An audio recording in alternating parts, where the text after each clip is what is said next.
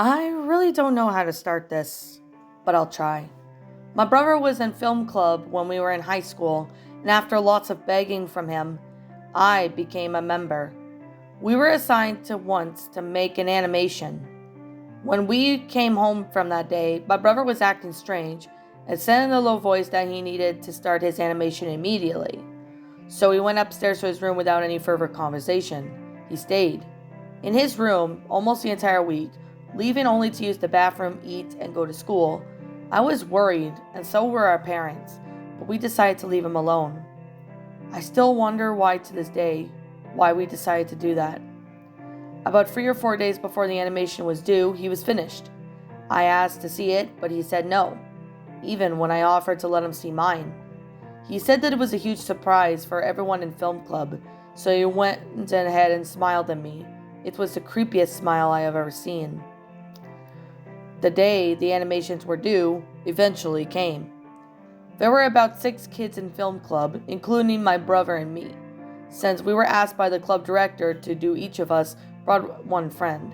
My brother asked to go last, saying that his was way too long to show at the beginning. A lot of animations were funny, and a few were abstract. My brother's animation was finally presented, and I was quivering with excitement and anticipation. The animation started with some static, with some clear to a white screen. Everyone inched closer, seeing that it was the best. Obviously, it was saved for last. Boy, were they wrong. The white faded to something I faintly recognized, a screenshot of the opening title card from Little Bear.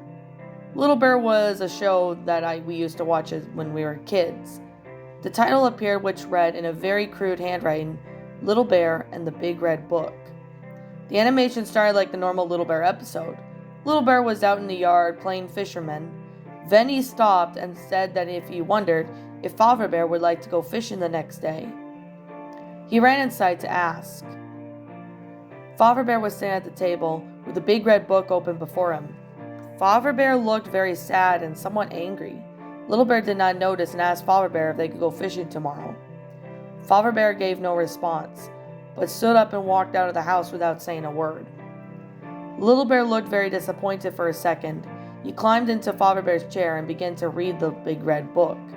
A voice that wasn't Little Bear's, or anyone's for the show for that matter, started to read disturbing poems. As the voice read on, Little Bear got more and more depressed looking, very much except for the book that slowly faded to a gray scale, and the voice got more and more high-pitched. The club director tried to turn the projector off, but it wouldn't shut it off. Suddenly everything stopped, and it cut to Mama Bear sitting, or Mother Bear, tucking Little Bear into bed. Little Bear looked extremely shocked with a blank expression. He was staring at the screen, as if he knew we were watching him. His eyes were extremely bloodshot, and his fur was mangled.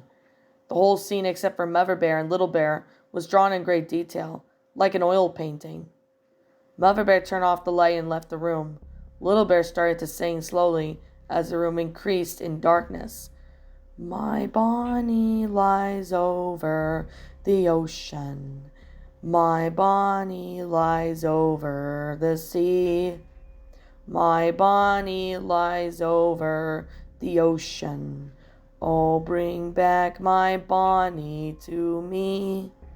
A pair of red eyes appeared above Little Bear, and a terrifying laugh played. What looked like some monstrosity of a creature jumped onto Little Bear. The entire screen cut to white, and a montage of different scenes running water of it appeared. A little boy's voice, joined by my brother's, was singing some song Little Bear was singing, but with the added lyrics. Bring back my Bonnie. Bring back my Bonnie. Bring back my Bonnie to me. Bring back my Bonnie. Bring back my Bonnie. Bring back my Bonnie to me. Then it faded to a picture of me when I was a child, standing next to my mother's grave with her name on it. A picture was attached to the gravestone. Just so you know, my mother is alive and pretty much is today. The screen then turned to black. The projector finally turned off, and that was the end of it. Everyone was shocked, and then my club director asked everyone to leave except for my brother. My best friend and I went to my house to discuss the movie. I don't know how or where he got that picture of me standing to my mom's grave, I told him. He looked at me confused. No, he said, that was a picture of me standing next to my mom's grave. We were both freaked out when we asked our friends' parents if they could spend the night, to which they said yes. We spent the rest of the night talking about the movie. The next day was Saturday, and my mother told us that my brother was arrested.